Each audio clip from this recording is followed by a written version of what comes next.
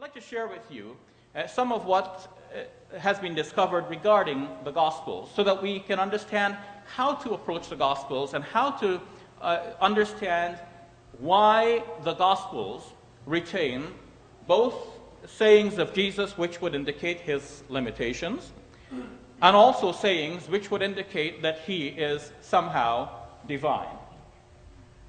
Let me then go to my slides. As the Gospels now appear in the Bible, this is the order, starting from your left to right, Matthew first, Mark, Luke, and then John. However, scholars generally today believe that Mark was the first of the four Gospels to be written.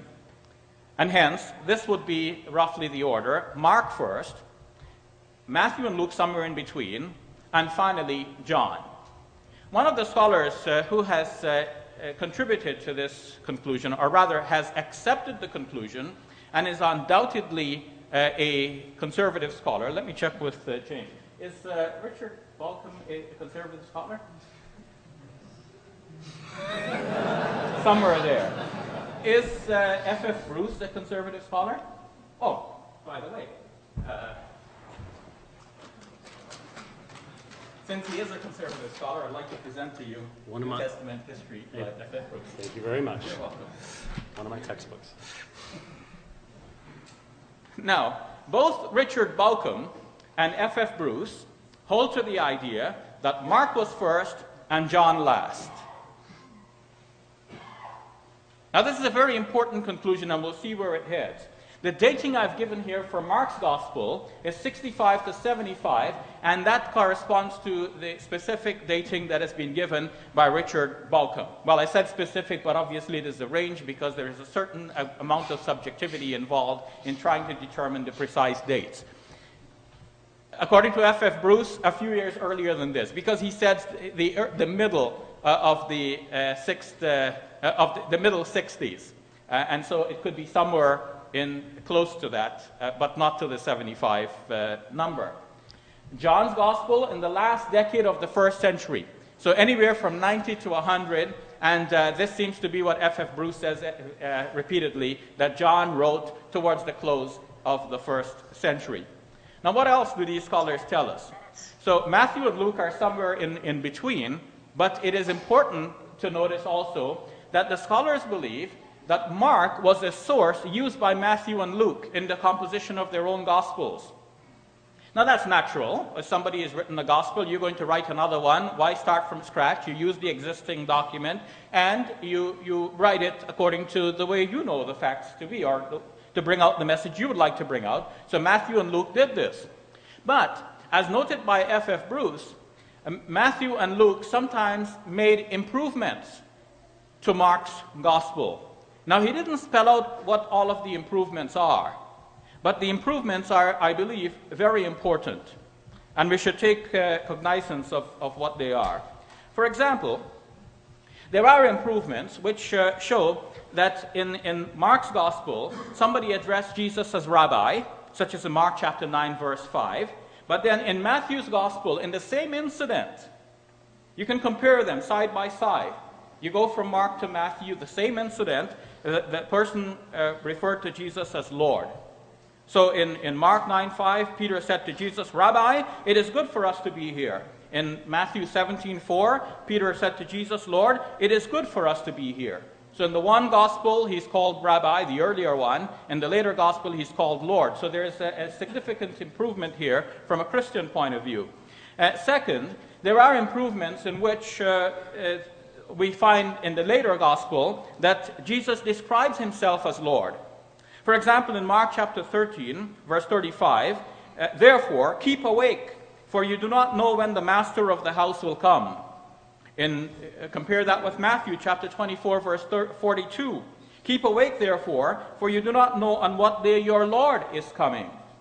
When I mentioned this in Seattle a few years ago, James took issue regarding this. Actually, I hadn't mentioned it in Seattle. I mentioned it elsewhere, then James took issue with it during our Seattle debate. And following that, I wrote a rejoinder reaffirming that this difference actually does exist.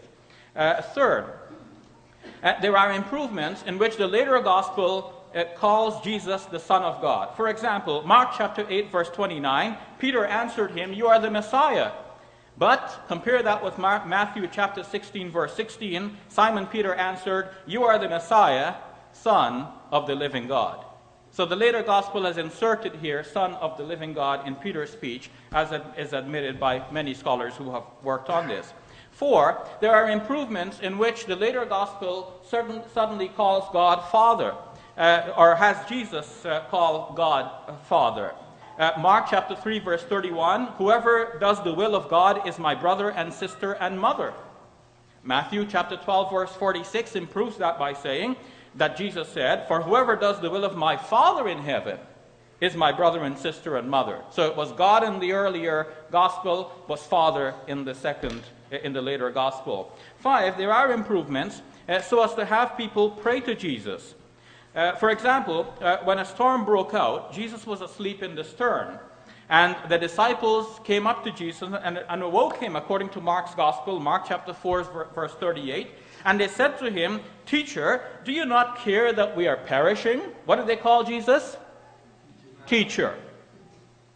Again, "Teacher, do you not care that we are perishing?"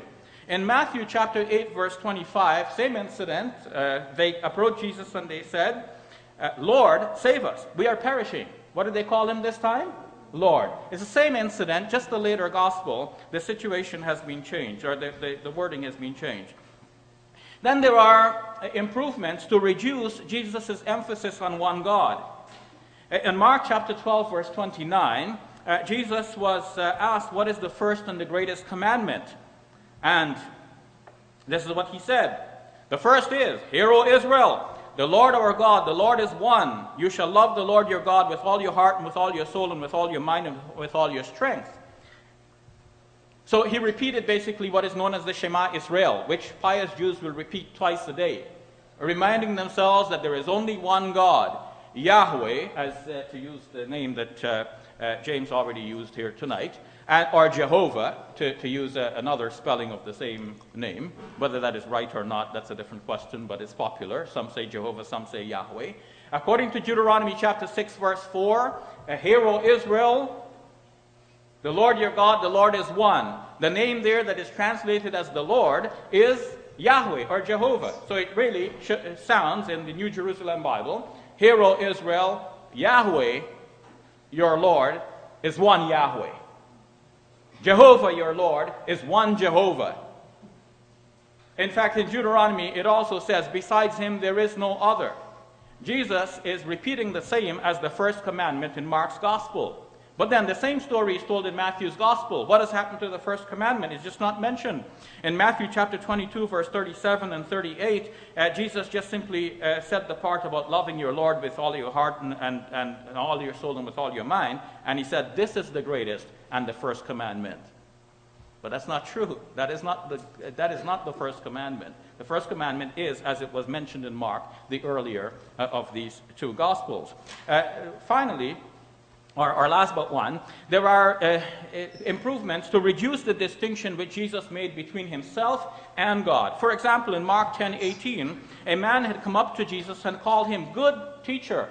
And Jesus then replied, "Why do you call me good? No one is good but God alone." But in Matthew 19:17, the same incident is there, and the man approached Jesus and asked him, what good deed must I do? I have to start over. See, in Mark's gospel, the man comes up to Jesus and says, "Good teacher." But in Matthew's gospel, the man comes up to Jesus and says, "Teacher, what good 3 deed?" minutes. So, whereas in Mark's gospel, he calls Jesus good, so then Jesus replies, "Why do you call me good?" In Matthew's gospel, he only asks about what is good, and so Jesus says, "Why do you ask me about what is good?" So Jesus does not repudiate the title in Matthew's gospel. According to James Dunn, Matthew here has modified not only the response, but in order to get the modified response, he also modified the man's question. Finally, there are improvements to cover the human limitations of Jesus. For example, in Mark's Gospel, chapter 11, verses 12 to 14, Jesus approached a fig tree thinking that he would find fruit on it, but when he did not find any fruit on it, he cursed the fig tree. Why didn't he find any fruit on it? Mark is very clear. Because it was not the season for figs. But then in Matthew's Gospel, chapter 21, verse 18, the situation is changed. Jesus is hungry. He sees the fig tree. He went to it. He found nothing to it but leaves. And he said to it, "May no fruit ever come from you again." The difference is that Matthew here has removed the mention that it was not the season for figs. This allows Christians to meditate on Matthew's statement and make that into a parable about good and bad and what happens to those who do not fulfill their functions. They get destroyed, just like this fig tree, because they do not do what they're supposed to do. But as Mark's Gospel makes it plain, the reason there were no figs is because it was not the season for figs, and therefore it appears that Jesus here has made a mistake, and which is natural for a human being. Muslims would not have any difficulty accepting that such an error could occur. Finally, in the minute that I have remaining, when we go to John's Gospel, we see that in John's Gospel, the situation has improved even further. Now, we go apart from these three Gospels to John's Gospel, and we notice that now Jesus, suddenly, the whole thing is rewritten. So whereas, in fact, in Mark's Gospel, you will find, for example, that Jesus is praying in the Garden of Gethsemane, indicating that he has a will different from that of the Father, but nevertheless he submits his will. In John's Gospel, we're told that Jesus wouldn't pray like that. In John 13, when Jesus enters Jerusalem, or when he approaches Jerusalem, he says, "Now my soul is troubled. And what shall I say? Father, save me from this hour? No, it is for this very reason that I came to this hour." So this is a very different presentation in John's Gospel. John doesn't have the Garden of Gethsemane prayer in which Jesus says, "Save me from this hour." In John, Jesus wouldn't pray like that. In the other Gospels, Judas Iscariot is necessary for surrendering Jesus to the authorities. But in John's Gospel, John it has Jesus handing himself over to the authorities. They do not dare arrest him. Just his voice blows them over. Right from the very beginning in the Gospel according to John, John the Baptist declares that Jesus is the Lamb of God who takes away the sin of the world. So we have here a developing Christology over time. Why did the early Christians think that Jesus is God? It's because largely John's Gospel and this development over time. Thank you very much.